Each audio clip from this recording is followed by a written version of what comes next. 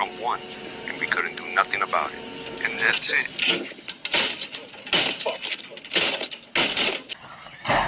It's 106 miles to Chicago. We got a full tank of gas, half a pack of cigarettes. It's dark, and we're wearing sunglasses. Hit it.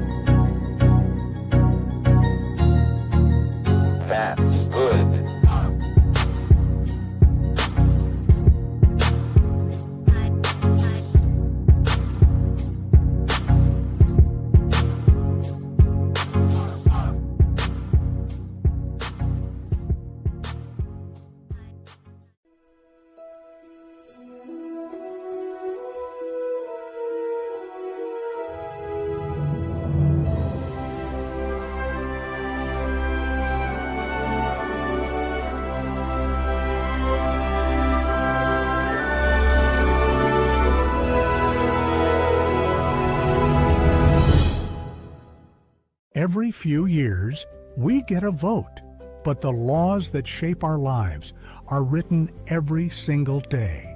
Too often, elected officials listen to lobbyists, party bosses, and donors instead of the people who put them in office. But what if your representative asked you how to vote? Before casting a vote in Congress or the legislature, they ask their constituents, and they follow the majority. Real representation, real accountability, real democracy, not once every few years, but every time a law is written. If you believe elected officials should represent the will of the people, ask them to take the Direct Democracy Pledge.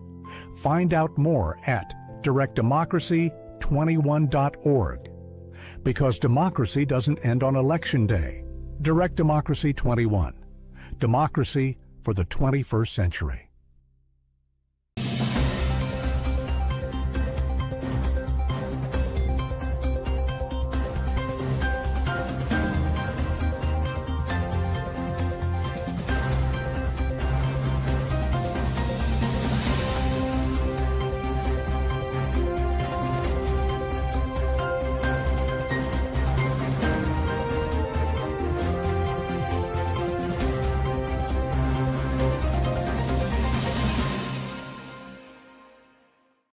Phew, what an intro. Hello, this is Kira McCown. Welcome to Chicago Corner. I'm so excited. Be sure to like, share, and subscribe. It's so good. It's such good cueing, Jerry. Thank you. Be sure to like, share, and subscribe. With me, as always, is Mr. Jerry Vassilatos, my co-host with the Mo-hostest. Welcome. And we are continuing our series of conversations with the candidates, because if any of you are following along with the elections, we have a lot of candidates, we have a lot of open seats, we have a lot of crowded fields. And so we basically said, like, hey, I feel like a lot of these candidates could use more platforming, more opportunities to really share what it is they have to share, because I think that we're in a time where we need to start taking our elections very, very, very seriously and take a hard look at who it is we're voting for, what they've done, what they plan to do, how they plan to do it, all that. So before I introduce our guest today, Jerry, is there anything you'd like to add? We might have Oreo jumping in with some questions, as he always Totally. Participate as our streamcast. He's like, oh, are we on air? Every time he hears us talking on the air, he comes out and says, hello, everyone, real quickly before I throw you on your chair. Hi, everybody. All right. There he is. All right. Always making his cameo. All right. Wonderful. Well, I'm really excited to introduce and get to know better one of our senatorial candidates here in Illinois, running for Dick Durbin's open seat, Jonathan Dean. Welcome to the show. We're so excited to have you. Thank you for having me. It's great to be here. Yeah, awesome, awesome. So I just, to be sure, we have like 40 or so minutes with you. So I want to make sure that, we hit on all the topics that I think are really important for you, and hear a little bit about you.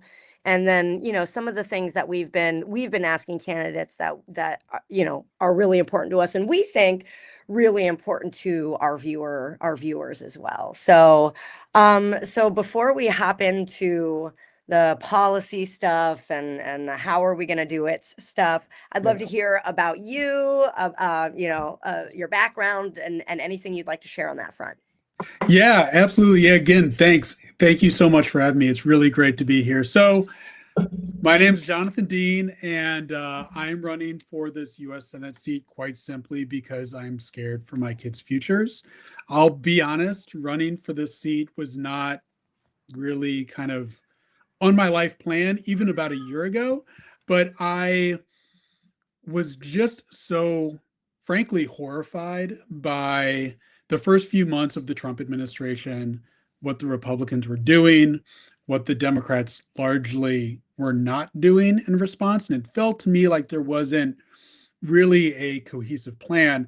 And so I just started kind of jotting down, notes that I thought the Democrats were missing in terms of policy, messaging, just kind of like fighting back. It seemed to me like there was a lack of a fight. And that gets a little bit to my background. Gets a little bit to my background.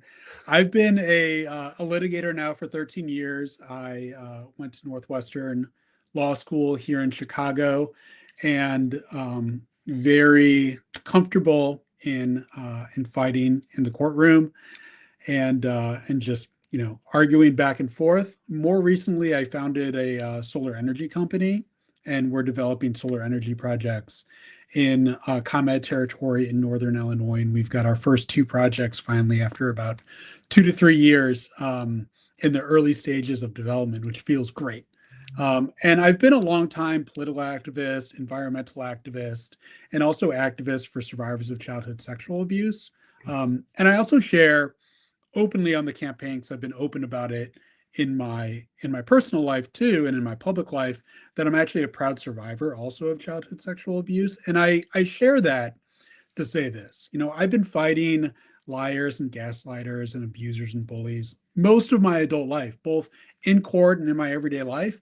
And so this moment in time is very personal for me. I didn't go through all of those fights, fight all those battles, overcome all of that adversity, only to end up living and raising my kids under a government that is lying to us or bullying us, basically every day, the way that I see it. And I was going to say, it's crazy to be on the sidelines witnessing the gaslighting and just absolute utter lying as it relates to the Epstein files, the Epstein class, this war that's been started. Many suspect, reasonably, that it's a distraction and a diversion from not just looking at Trump's crimes, but the crimes across the board from both parties that have literally been covering for each other for decades and decades and decades. Everything that people were accused of, this is a tinfoil hat conspiracy theory. It's like, no, it's not. And it hasn't been for a long time. Right now it just seems to be a real battle between us and the Epstein class. The axis of Epstein, as some other podcasters are calling it. So I really, it's got to be surreal for you being a survivor also, but really speaks to your commitment to step up on behalf of survivors and victims and be like, make that part of your platform, as everyone is. But you certainly unfortunately have the personal experience with that to understand what the battle is like against those that are doing the cover-ups. Yeah. And, as you can imagine, there's a lot that I can say about this. I mean, first and foremost, the Epstein survivors are so inspirational. I have been, public with this for a few years, and, I received some publicity, a few years ago. Obviously, I'm getting some publicity now being in this race, but, nothing like what the survivors of Epstein have been going through, and they have just been so extraordinary publicly, and their courage, I feel like, it's just contagious. I'm catching it, other people are catching it. There's not a day that goes by on social media that I'm seeing another survivor of rape, sexual assault, childhood sexual assault talk about it. And just like, I mean, really up until, 6 months or a year ago, we didn't see that kind of discourse. And I think that, it's very difficult for survivors to talk about generally. It's also very difficult for people to hear about, which, a lot of times that's the kind of thing that prevents survivors from even talking about it. It's so difficult for other people to hear about. But the more that we can talk about it, the more that it's publicly accepted to be talked about, the greater the public knowledge is. And I think just kind of the safer the community is too. Yeah, yeah. I love what you're highlighting here, and I think that my experience of being very surprised by how many survivors of sexual abuse are out there is was the Me Too movement, honestly. It's like when people started coming forward and telling these stories. And then what was even wilder was like I would have memories of things that happened to me and be like, wow, I just kind of passed that off as like just something that happens in society, and Yeah. it's really interesting how it doesn't really look like you're breaking against the mold, but you really are when Yeah. you come forward. Yeah. Yeah. So Yeah. and so I really commend survivors for doing that. Yeah. And thank you for sharing that. And yeah, I mean, from my perspective, and I think the perspective of a lot of survivors, is that speaking to our experiences is, especially publicly, and the psychological literature backs this up.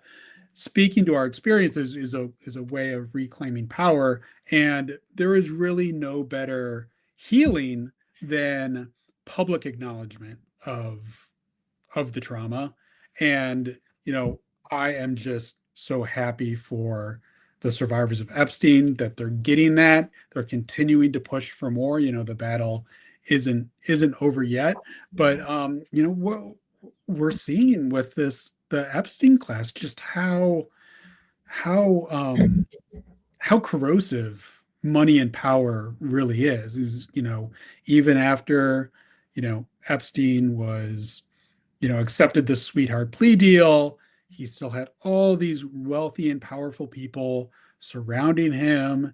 And, the thing that I always say, and why I think this is, it's obviously so alarming, but I think it's even more alarming than a lot of people are giving it credit for, is, the folks in the Epstein class who are named in the Epstein files, they have resources that most of us can only dream of. So they have access to the very best publicists, the very best lawyers. And so, the versions of the stories that we're getting from them are the very, very, very, very best, most sanitized version of what their experience was. And, in some cases, we may never really know, what their knowledge was, which is unfortunate. But what's clear to me is that the Department of Justice, and this is something that I would take up in the Senate, really needs to do much more of a thorough, independent investigation into some of these other names named in the Epstein files. I bring a pretty interesting, I think, perspective to this as being both a survivor and a lawyer. From my legal background, I know that typically, prosecutors, when they're prosecuting like a conspiracy, historically, what's been done is that, they get the top, and they did this during the mafia prosecutions too. They get the top figures in the conspiracy, and then they kind of like dust off their hands. They're like, okay, I think we got everybody. And I think what we're all seeing now is that that's not cutting it, obviously, with this. What's really clear too, that seems very, very daunting, and I really, think that your experience as a litigator in law is going to equip you and give you the tools to really forge forward with this, though, is that it seems that the Department of Justice and the FBI have literally been doing the dirty work of the executive branch, not just in this administration, but all the way far back as, H.W. Bush or beyond that.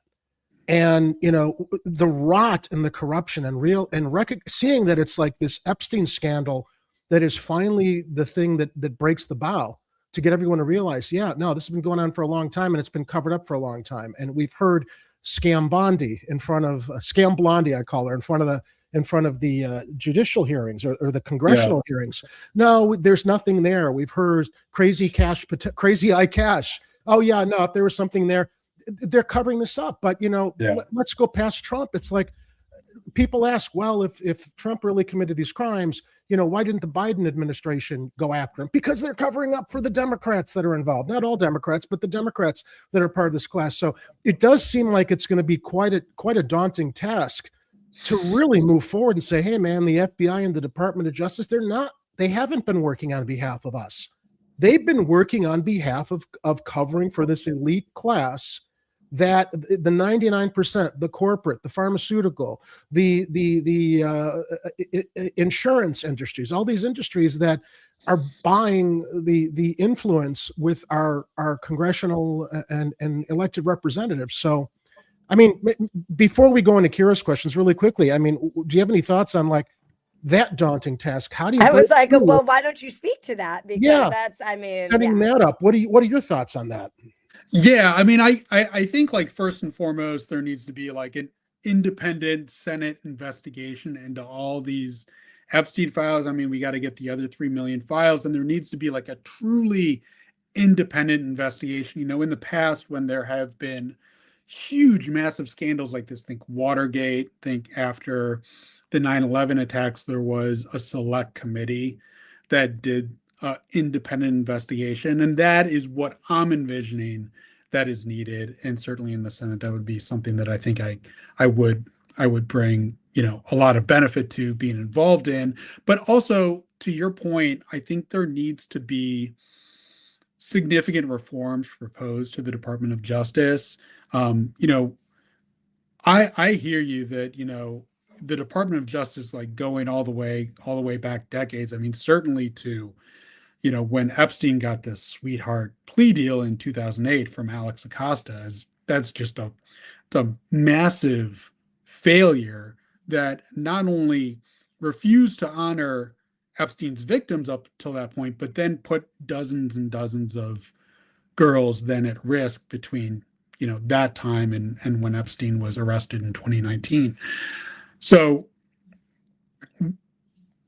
we need to have some reforms to the Department of Justice that is going to reestablish its independence. Yes. From the White House and the executive branch. Though traditionally there has been a process, but what we're learning now is that process was voluntary. There used to be a process where, the president wouldn't talk with the attorney general or FBI director except under like very unique circumstances, if at all.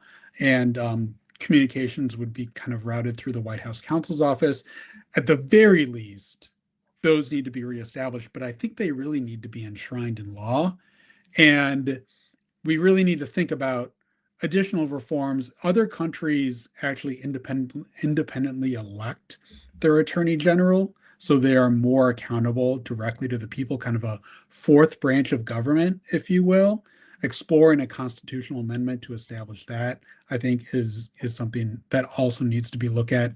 But clearly there's been a huge abuse of the justice system by Trump, and going forward, I think the Judiciary Committee in the Senate needs to look at significant reforms there. But I'll also say, back to just hit one more point on the Epstein files, is that the justice system has never been good at getting justice for survivors of sexual assault.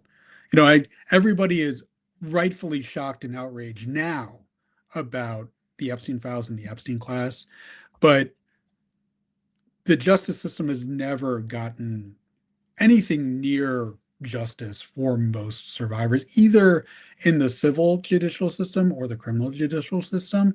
And there need to be significant reforms to allow survivors to actually get justice in our system. I know we have limited time with you, so I'm going to turn it over to Kira. We could do a whole program on this, and perhaps in the future we can invite you back, because it is, you know, it does deserve more discussion and conversation than we have time for right now. But Kira. Yeah, well, I'm actually going to step away to turn Vivo on for this one. I'm going to unplug so that I can hear you all, though. Okay. While I do that, and Jerry, if you want to launch, I'll go to the question. Sure. Your most curious question. Cover for you. Okay, so cover for me, please. You got it, babe. So let's start with healthcare reform. Yeah. Can you present your position on healthcare reform, given the current partisan makeup of Congress and the influence of the private insurance industry? What is your concrete legislative path to passing your preferred healthcare model, and how would you fund it without increasing the net burden on working class families? Yeah, great question. So, you know, I think that probably almost every policy question that you're going to ask me today also has a, you know, how are we going to get that done kind of politically component to it?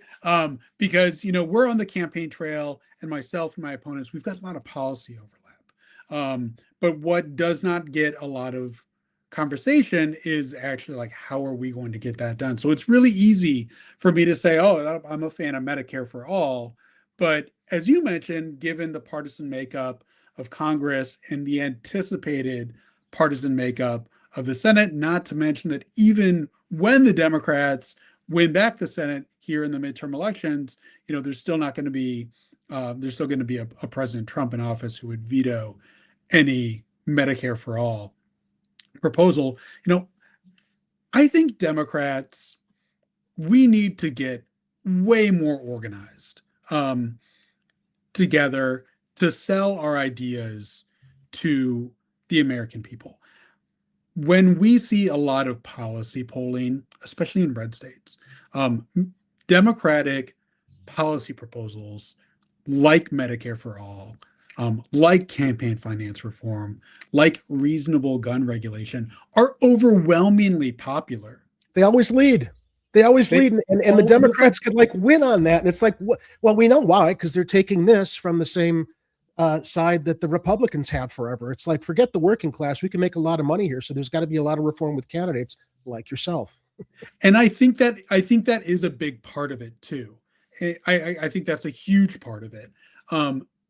And we're seeing just really kind of like a lack of fire from our establishment Democrats. I mean, these policies that I just listed off are, you know, like in the 70%, like in terms of popularity. So the question I have is like, why are you, like you said, Jerry, why are you not leading on it? Why are you not selling it? Why are you not running on it?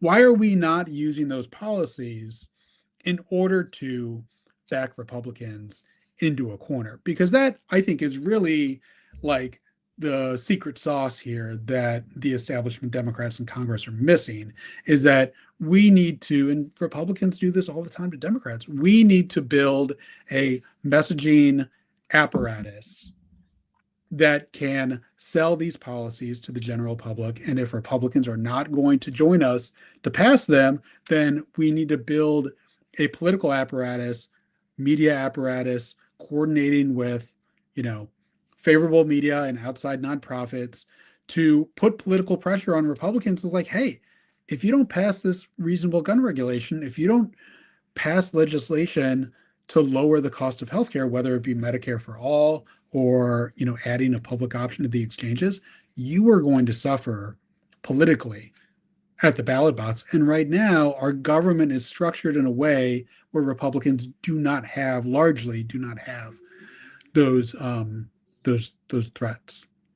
It seems like it would be an insurmountable task, but what are your thoughts on eliminating private insurance entirely under a single payer system, or do you envision a hybrid model? You just mentioned a public option. Can you be a little specific about what you think stays and what should go?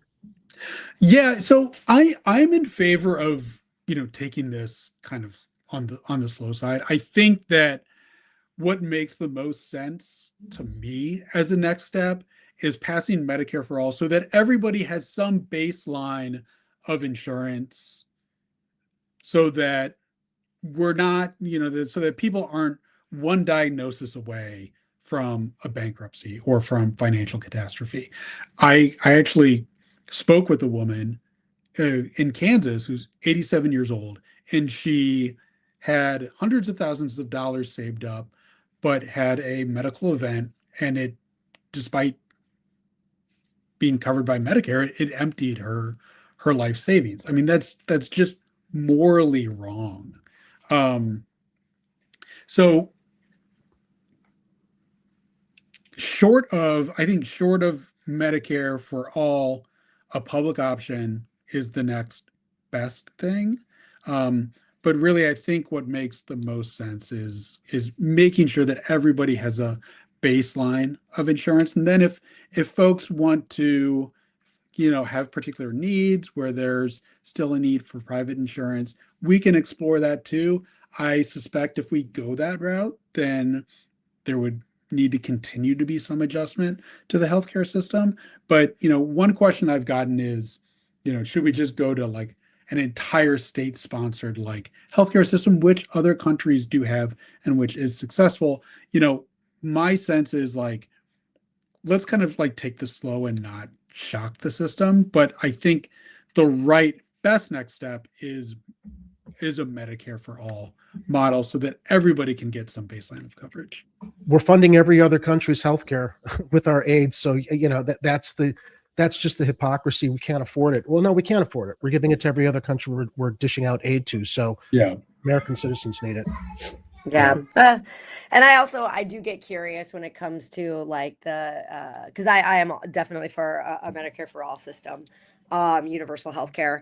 And sometimes I do wonder if one of our barriers is just the distrust generally of the government.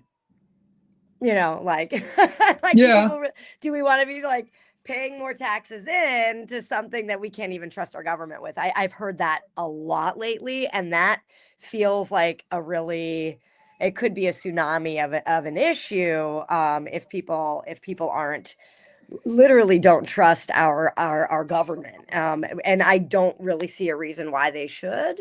And so there's also a lot of stuff to point to. Yeah. And can I speak to that, Kira, for just a second?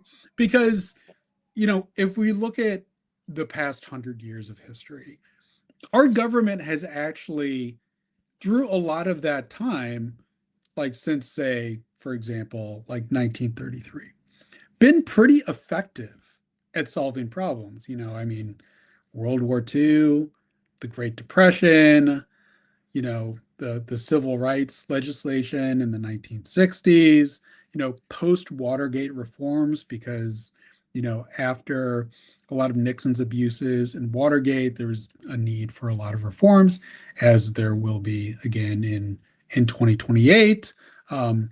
And so I think that as Americans generally, because of our history, we have like a fundamental distrust of government.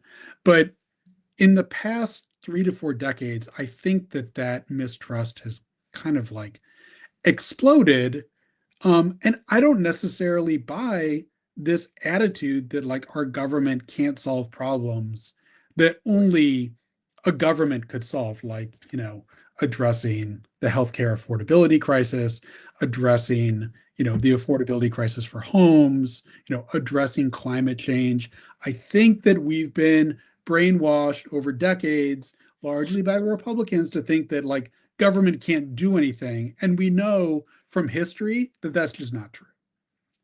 They can. We just need to have the will of the right representatives going in there and wiping out or replacing the corrupt ones. We have a great comment here in the chat from Chuck's UFO show. There's already a mechanism in place to get a universal base level of the current version of Medicare by using Section 1881A of the Social Security Act. Now, I'm not familiar with what that is. I don't know that you are, but it's an interesting tip from our contributor here in the live chat. I'm going to take a look at that. I appreciate that comment. We'll email it to you after the show, since we've got the live chat archived. Someone just needs to get it enacted for every place that isn't Libby, Montana, who already has it. Interesting. So Montana, I guess, incorporates that section. Okay. Yeah, I should probably know about that, considering my husband works for the administration or the Social Security Administration. So, Okay. Yeah, so let's go on to another Yeah. hot topic because I feel like there are many of them. Yeah. Let's talk about immigration and ICE. I think those are two different and related topics. Yeah. I don't know which one you want to tackle first, but yeah, I mean, I think it's very much in our faces, especially here in Chicago. The ICE, infiltrating our neighborhoods and swiping our neighbors. Yeah. Yeah. But then also the larger issue of the immigration and what do we do about that? So however you want to talk about that, go Yeah, for it. legislative reforms. Mhm. Yeah. Yeah. No, I appreciate that question. I have a lot of thoughts on this. So, first of all, I'll talk about ICE first. So, I live in Chicago. I live in the Avondale neighborhood of Chicago. I've had ICE in my neighborhood. And I will tell you, like, I'm a US citizen, like, lawyer, like, it's scary. I mean, it is scary to have this police force, this federal police force, in unmarked cars in masks, brandishing assault weapons With impunity, with right? Like, impunity, No accountability. on our No accountability. city streets. Where our kids play. We park our car in front of our house. And I drive my kids to school. They're 7 and 5, and I'm scanning. I'm like, So to Noel Good, it's surreal what we saw happening up in Minnesota with Good and Preddy. I mean, absolutely surreal that no accountability, cover-ups. They were domestic terrorists. It's just like when it. Anyway, sorry, didn't mean to interrupt you, but I mean, this has affected so many of us. And something that I think about is like, okay, if I see ICE activity with my kids in the car, what happens if I drive past it? What happens if I turn around? If I turn around, are they gonna view that as reasonable suspicion and come chase me? So it's like this level of roving gangs of ICE agents in our community, like, it needs to end. And I'm on abolish ICE, like, totally, not abolish Trump's ICE, abolish ICE totally, because if another delusional president can come into power and activate ICE the way that Trump has activated ICE just in really the first 6 months of his administration, then the agency needs to be abolished because it's rife for abuse. Well, you don't even necessarily have to be involved in a protest if you're just driving along and you're stopped, and then tragedy can happen because of the impunity, as Kira just referenced. Yeah. Yeah. And, you mentioned the impunity. I also, and I talk about this on my website, I'm in favor of stripping ICE agents of their federal qualified immunity, because my view is that they've abused that immunity by acting with such violence towards basically everybody that they come in contact with. The idea of federal law enforcement officer immunity is that we trust that these folks are going to act in good faith to enforce the law. And so if they make a mistake, they shouldn't, get in trouble for that because they're trying to keep the community safe. What we're seeing from ICE agents is something else, is that they are acting with violence because they know they have immunity. Yes. And so I think their immunity needs to be revoked. That's what attracted him to the job, unfortunately. Yeah. It's what attracted a lot of these thugs and bullies to the job. Yeah. Yeah. And there needs to be independent investigations, and ICE agents need to be referred for prosecution, including the agents that murdered Renee Good and Alex Preddy. Renee Good. I misspoke her name earlier. I'm sorry. Yeah, that's okay. So that's where I stand on ICE. And I'll just say one more thing about that, is that there is what's called a private right of action, a permission to bring a lawsuit. There is a private right of action for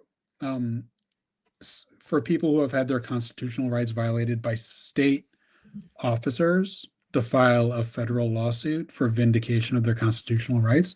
But there's no such statute for to file lawsuits against federal officers. So Congress needs to pass a lawsuit to be able to, for these victims of ICE misconduct, to file a lawsuit to vindicate their constitutional rights. That's something else that should pass. Yeah. Yeah, it's amazing to me how much free reign these guys had after 47 days of training, and Yeah. and, I mean, we know the background, but it's just wow. Okay, Yeah. that's Yeah. a choice. Can Yeah. I Right. do a follow up to this one, Kira? Well, I want to hear Would about you- an immigration legislation. That's what I was. too. Yeah. That's, Okay. Yeah. No, you go. Okay. No. Well, I was just going to specifically speak to the fact that. So, how do you reach the other side that says, "Well, we have to have border security. We have to, protect ourselves as it relates to the pathway to citizenship." How would you address border security concerns raised by voters that are that have been what's the word? So, I mean, Trump has literally used the whole border security issue as a way to exploit voter fears of criminal migrants and this, that, and the other. So, how would you address reforms with making the pathway to citizenship easier while also addressing their concerns about having a secure border? Yeah. So, I mean, I think in terms of comprehensive immigration reform, like we need both those things. We need a pathway to citizenship for people who are already here, and we need a secure border, and we need an immigration system that actually functions. There's a clip going around social media. You may have seen it of, George H.W. Bush and Ronald Reagan debating Yep. undocumented immigrants in 1980. And so our immigration system has been broken for decades, and Republicans had a chance to fix it under George W. Bush in 2005 and 2006. They blocked it under Obama in 2013. They blocked it under Biden in 2024. And despite having full power in Washington, they're not fixing it now. They're not even attempting to fix it now. And this is such an incredible opportunity for Democrats to tell the American people, we know that you're fed up with having a broken immigration system. Like, we know that you are sick of this. Democrats are going to pass comprehensive immigration reform. Vote us in to fix the immigration system. We don't need $75 billion for ICE. We need $75 billion to make our immigration system functional, to process the folks who are already here, put them on a pathway to citizenship, and have an actual functioning immigration system. Well, the attitude now too is they've exploited that workforce for generations, and now they just want to throw them all out. And that's unfortunately the dark side of how prejudice and xenophobia is activated on behalf of people like Trump. I'm sorry, Kira, go ahead. You're very funny, Jerry. I love how you segue to me so abruptly. Oh, okay. I'm talking too much. It's just there's so much there's just so much to cover, and I don't want to filibuster the questions. I mean, it's just to toss something in here to the conversation that's relevant to what we're talking about here. That workforce has been exploited for generations, and the reason and appealing to people's base or horrible prejudiced instincts to okay, we're done with you now. We're going to throw you out, and use that as a means to leverage power, because it's appealing to the darkest instincts of, unfortunately, the ugly side of America is just really, really, it's just it goes demoralizing. And let me say something about that too. Like you said, there's so many. I'll try to be brief, but there's so many things to talk about here. We are a country of immigrants. These folks, these undocumented folks, came here because America was going to give them a better life. They are here to have a better life for themselves and their kids. And you know what? America is a great place. And, these folks don't deserve to be demonized. There's responsibility to be had for our broken immigration system everywhere. The folks who came here illegally, yes, they bear some responsibility for that. But you know what? Our country has failed to fix our immigration system for 20 years. We got to take responsibility for that. We got to put people in office who are actually going to commit to comprehensive immigration reform. And, Republicans, they've run on immigration now for cycle after cycle, and they haven't done anything about it. And when given the opportunity to do something about it, they didn't, because they wanted to demonize these people for political purposes. And you saw that at the State of the Union. It was so repulsive, where, the Republicans stood up and clapped for over a minute, about demonizing undocumented immigrants, demonizing an entire population of human beings That built this and country, that helped build this yeah, country. yeah, and then by and large are like good neighbors, like good workers, pay taxes, like that moment at the State of the Union just demonstrated to me is like Republicans are not committed to fixing our broken immigration system. No. I mean, it's too good of a thing to run on, right? Like, I think that there's a lot to run on when it comes to immigration, and that's like the Republican thing to run on, right? And that's where Democrats need to step in and say, Yeah. look, have you Yeah. have you noticed the past 2 years that they didn't fix this? Yeah, absolutely. And then, yeah, I know that we don't have a ton of time left, but I would like to talk about Yeah. our recent our entrance into war and our Pentagon and Yeah. all of the corruption and Yeah. everything on that front. And again, it all just seems like a overwhelming tsunami of like corruption and insurmountableness, if that's a word.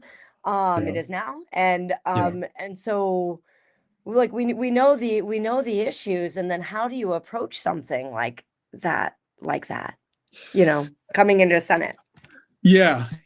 So, I think a few things. Like we need to be very clear that, not only do the American people not want this, but they weren't ever given an option to, to have a voice about it. We woke up one morning and all of a sudden it was happening, Yeah. And Congress didn't authorize it. The fact that he didn't even go to Congress to authorize this and well, it's not a war, so I could do what no, it's a war.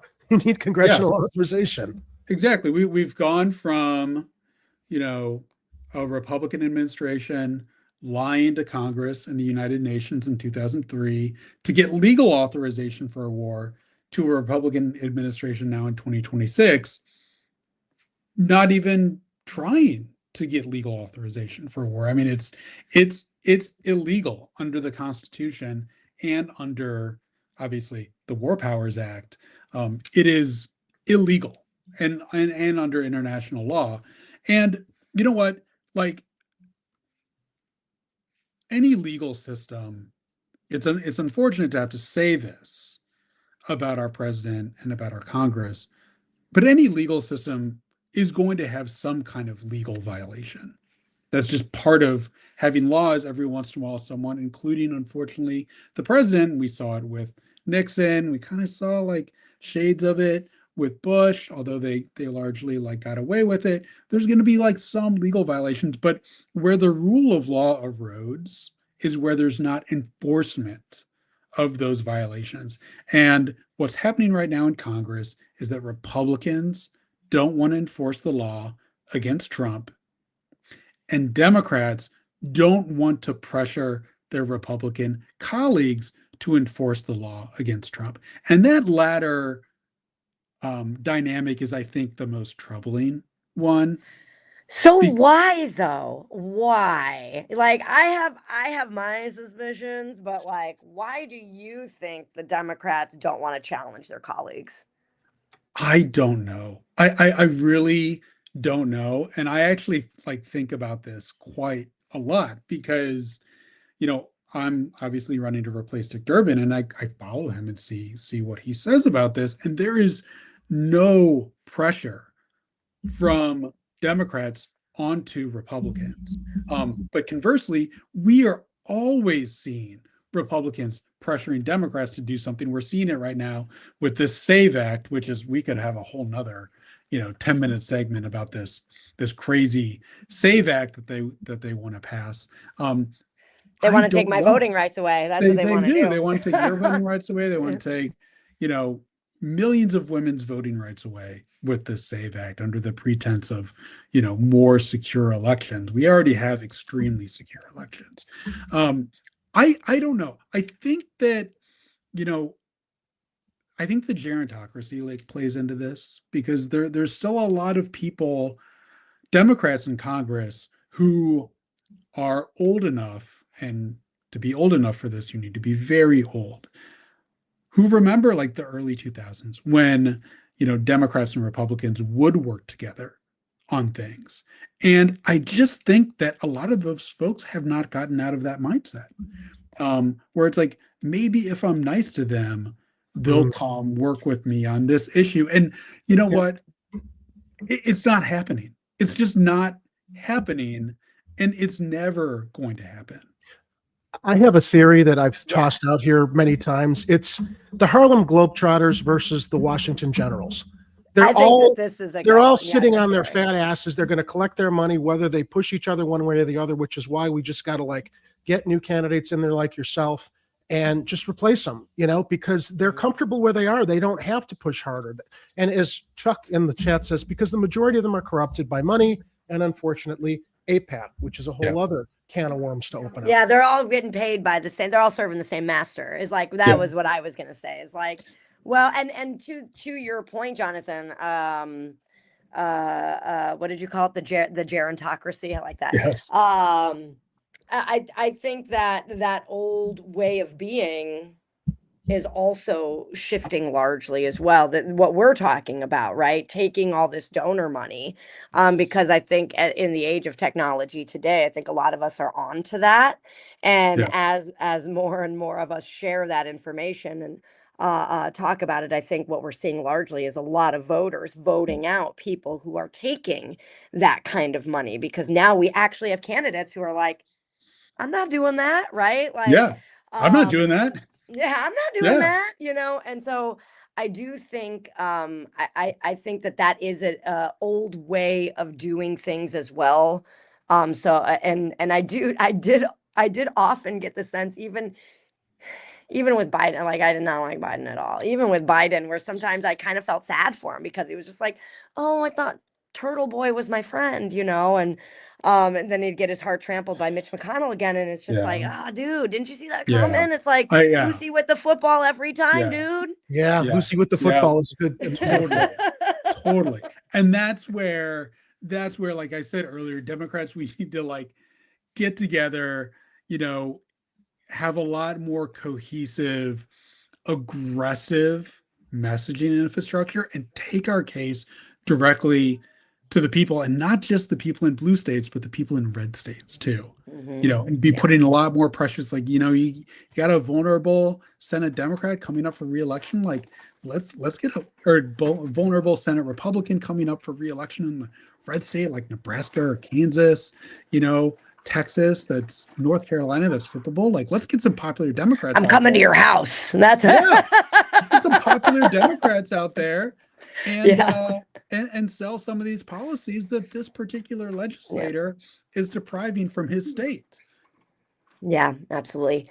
I think, I think we might be over time. I'm actually not totally sure how much time we had allotted for this conversation because I came in very prepared. Did we have 45 or an hour, Mr. Dean? I'm sorry. We did an hour. Oh, we did an hour. Okay, we got more time. Yeah, we did an hour. Awesome. Perfect. Okay. Great. Wonderful. Then I was just about to say, like, we should probably pop into that last question before we run this on too long. But let's talk a little bit more about the corruption of money in politics, because I honestly think that this is the root of all of our issues personally. And again, just like every issue that we brought up, I said, gosh, it just feels so insurmountable.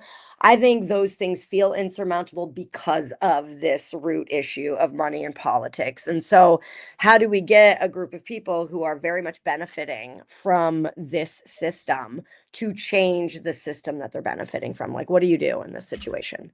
Yeah, no, I think I talk a lot on the campaign trail and on my websites that we need to shock the system. And that was why I got in this race, because we're not going to shock the system by just relying on the same old conveyor belt of politicians who have waited their turn, to be elected to the Senate. If you're watching this and you want to run for office, just do it. Just, go off the sidelines and just do it. Because the more voices that we get in, even if you're an underdog, the more voices that we get in here, the more it's going to force these leading candidates to have to say, like, yes, I want campaign finance reform. I don't like the current system. Getting them on record. So it's like, if you're sitting out there thinking like, I would love to run for something, but I just don't feel prepared, you would make a difference in whatever race you're thinking of by just being in it and making sure that, either the leading candidate or the incumbent candidate has to answer and go on record about those tough questions. And this is particularly important in red states. A lot of our blue state candidates, they're already on record about this. So if a vote did come up, they would, have to vote for it or have to do a lot of explaining. The more people that can get involved, the better. And it could be volunteering. It could be, donating $5 or $10 and setting that on like a recurring donation for like an underdog candidate that you like. Like, that is not, a lot of people think it's like, well, if they're not going to win, I don't want to donate money to them. It's like, no. That's not a waste of your money. That's you using your voice and your money to help somebody who is in the system trying to make some positive change. So I do think it starts at a grassroots level, but I also think it starts at a level too of trying to elect candidates who are very skeptical of corporate power as I am. We're living in an age of unchecked corporate power, the most corporate power this country has experienced since like the early 20th century, when Teddy Roosevelt went around, when the Sherman Antitrust Act was passed, and Teddy Roosevelt went around and busted up all the trusts, busted up all those monopolies. And that was a tool that our government continued to use through the middle part of the 20th century to bust up, large monopolies. Like AT&T was busted up into the baby bells. And now, for a variety of reasons, our government is no longer enforcing those anti-monopoly provisions. And so we have these massive companies, we have massively rich individuals, and they are pouring money into our political system. And the New York Times just had a great piece about this just yesterday, about the extraordinary influence of billionaires in our elections, to the point where the billionaires are really starting to become more powerful than the government itself. So for anybody watching this, doing just a little thing to get involved, like, it may feel futile, but it is not, because if you do it and your neighbor does it, you talk about it and your circle of friends does it, and we start to normalize that, then we start to build a movement that pushes back on this culture of, we just rely on billionaires and companies to finance elections. We can't be relying on that anymore. Yeah, I think that if people just brought a litmus test to the polls and said, you know what, if a candidate is taking money from, even if you want to say these specific institutions and corporations, like, I think that's a fair litmus test. And I was never Totally. like a single issue voter. I always thought that was like a little silly, but like, I'm starting to get to a point where I'm just like, no, if you take corporate money, if you take dark money, corporate PAC money, anything like that, you're just not going to get my vote. Like, Yeah. and I think that across the board, when individuals and voters are taking that litmus test to heart, then I think that's how we win. And I love that that's becoming like the conversation, because I've been out on street corners screaming about this since like 2008. Yeah. So Yeah. Well, thank like, you. Thank you for doing that. And that, that also brings to mind this generational change piece too. And that's another reason why I'm in this race. I'm a millennial, I'm 43, and Me too. yes. And just kind of seeing how old some of these folks are in Congress, I feel like, and seeing how active Gen Z is, I feel like, maybe millennials, maybe we should have been pushing on the gates like back in 2016. I mean, we've been privileged to have like good candidates. I mean, I liked Hillary. I liked, Biden and some of the other candidates in 2020. I like Kamala back in 2020. I like Kamala in 2024. But, maybe it should have been that I should have been pushing on the gates back in 2016, 2018. And you know what? Like, lesson learned, but I'm going to be pushing on the gates, from here on out, because you hear from the older folks, it's like, we just can't do that. We just don't have the political will in this country to do it. But you hear younger folks like me and you, Kira, and Gen Z be like, well, why not? Gen X. Jared's a Gen Xer. Yeah. Sorry, Jerry. I didn't mean to It's all right. No, I mean, I'm disappointed by how many in my generation have seemed to abandon what I thought we all were embracing as we were growing up, Gen X. I do think Gen X is a little bit of a more involved generation than the boomers or those before us. But yeah, I think younger voters and younger constituents have so many great ideas, and I really fear the landscape that's being left for them, which ultimately will bring us to the initiative that our patron of the show, Dominick Palella, has presented with the Direct Democracy 21. But Kira, I'll let you finish before we run that to ask Mr. Dean's thoughts on that before we close. Yeah, no, I mean, I feel fairly satisfied. I think that we can go into that final question just in case Jonathan has something that he wants to, expand upon. Okay, let's run answer that question. Let, Yeah. 2 years, can I just we say- get a vote. Just one more thing. But Hold the on, laws. Jerry. Yes. Go ahead. I just want to make sure I get this in. So, if you like what you heard today, check me out on social media. You can find my handles at Dean for IL. That's the name of my account everywhere. And then also my website. Thank you, Jerry. deanforil.com. We're making a big grassroots push in this final week. If you got even just an hour, 2 hours, we can get you armed with some literature, really quickly. We can get you, promoting the campaign on social media, help us out because, like we just talked about, the getting money out of politics thing, we're only going to do it if we're relying on candidates who are not relying on that big corporate money, as I'm not. So we'd love to have your help this last week before Election Day. Okay. And it's DEAN, the number 4 IL, right? Okay. That's great. right. I just want to That's make sure right. in case people are just listening. Okay, great. But if you type out FOR, that'll get you there too. You got them both. Yeah. Multiple domains. But I All right, appreciate that. here's a solution, Mr. Dean. Yes. Our lives are written every few years. We get a vote, but the laws that shape our lives are written every single day. Too often, elected officials listen to lobbyists, party bosses, and donors instead of the people who put them in office. But what if your representative asked you how to vote? Before casting a vote in Congress or the legislature, they ask their constituents, and they follow the majority. Real representation, real accountability, real democracy, not once every few years, but every time a law is written. If you believe elected officials should represent the will of the people, ask them to take the Direct Democracy Pledge. Find out more at directdemocracy21.org. Because democracy doesn't end on Election Day. Direct Democracy 21. Democracy for the 21st century.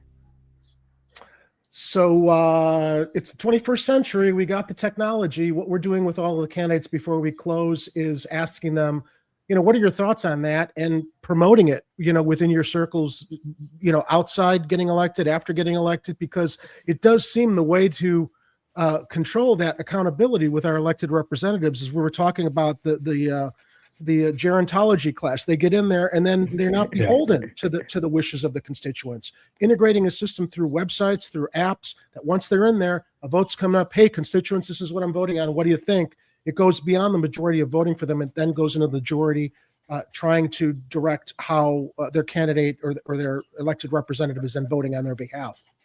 Yeah, I think it's great. I think it's a great idea. I love that you are promoting it on your show. And I am going to promote it also because you know what? A lot of what we see in politically active circles right now is, call your representative or your sender about this. Call your representative or senator about this. Right. And people are like, oh my gosh, like the voicemail is full, or nobody's picking up, or I felt like they just kind of jotted it down and wrote me. People off are also and hung nervous up. to get on the phone, right? There's like a, Yeah. "Ooh, what if someone answers?" Like, And know that- I see all of this, and I was like, with the technology that we have nowadays, why are we calling? Like, there has to be some kind of like, group kind of secure group kind of like feedback messaging mechanism. You can envision you can envision some kind of technology where a representative or sender puts out to all their constituents like, these are the 10 options that I'm considering. Like, what do you think? And like, just votes on them. It sounds like the Democracy 21. That's very, very similar to that. So yeah, I am completely in favor. And once a sender, like, I would certainly be looking at way more efficient ways to be more in touch with my constituents, because Illinois, representing 13 million people, like one senator, like that's no small task, even if, and I don't think this is necessarily a good idea, but even if you split it up, like it's 7.5, or it's 6.5 million people per senator, there needs to be a way more efficient kind of communication loop between our elected representatives and the people. And I don't know what Congress's current technology is, but I'm pretty sure it's really just kind of like, only a little bit removed from rotary phones. Well, here's the thing too. There's an app for everything else.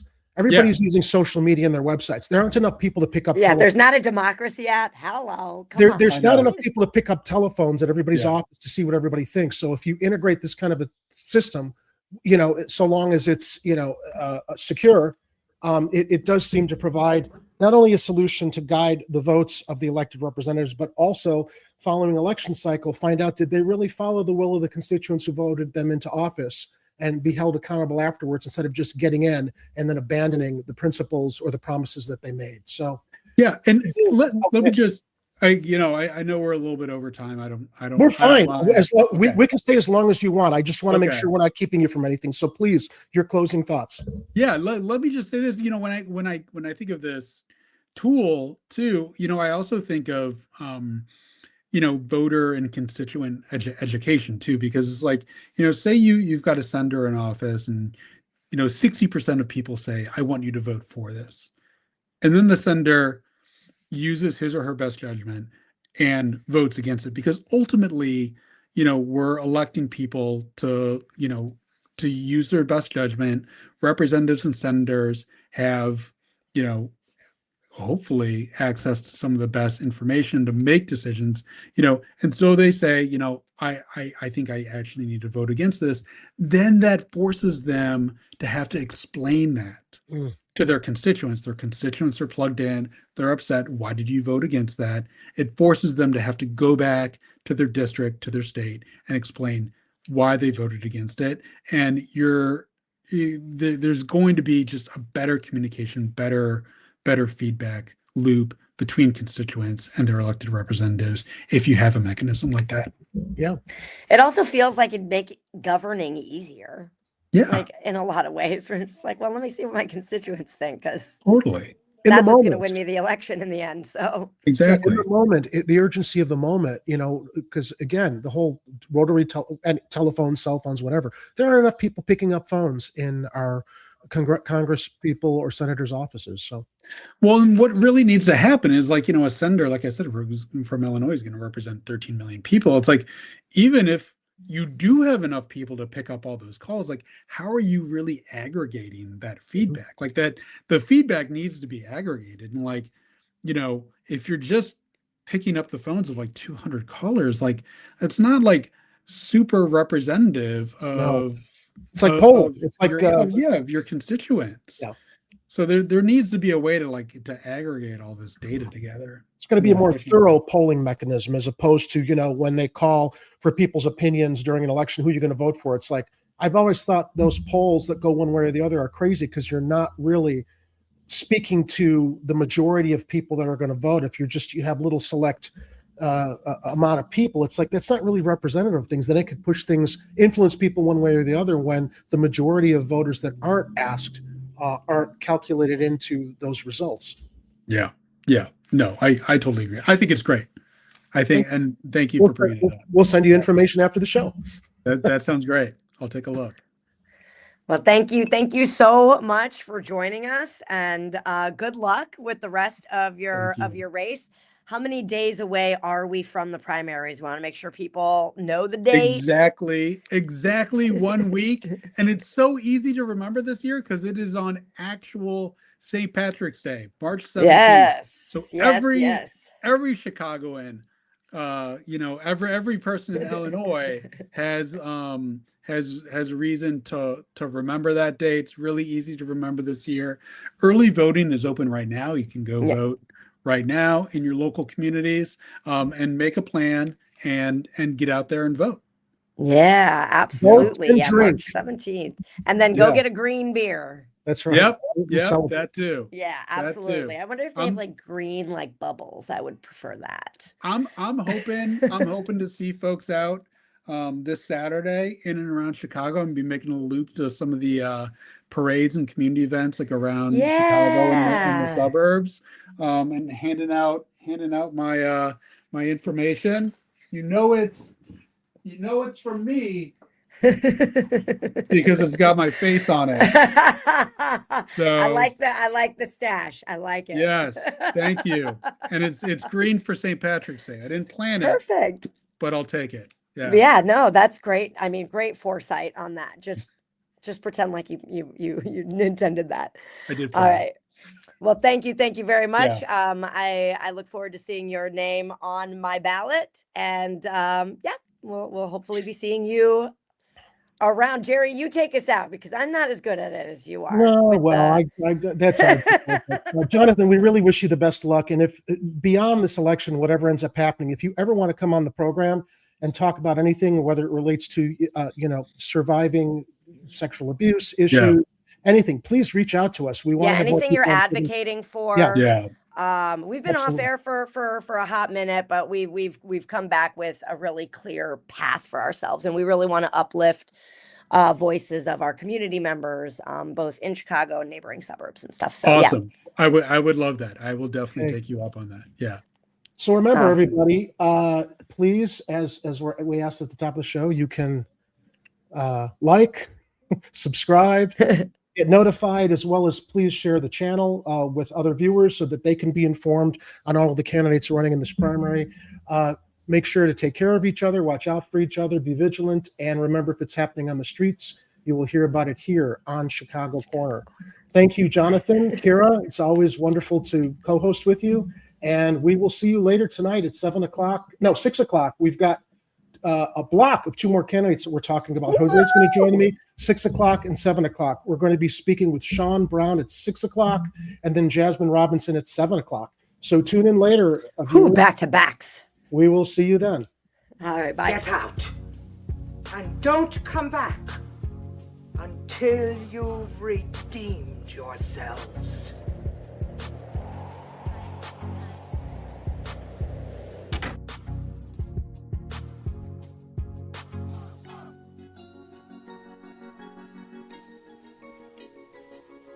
You're still here? It's over. Go home.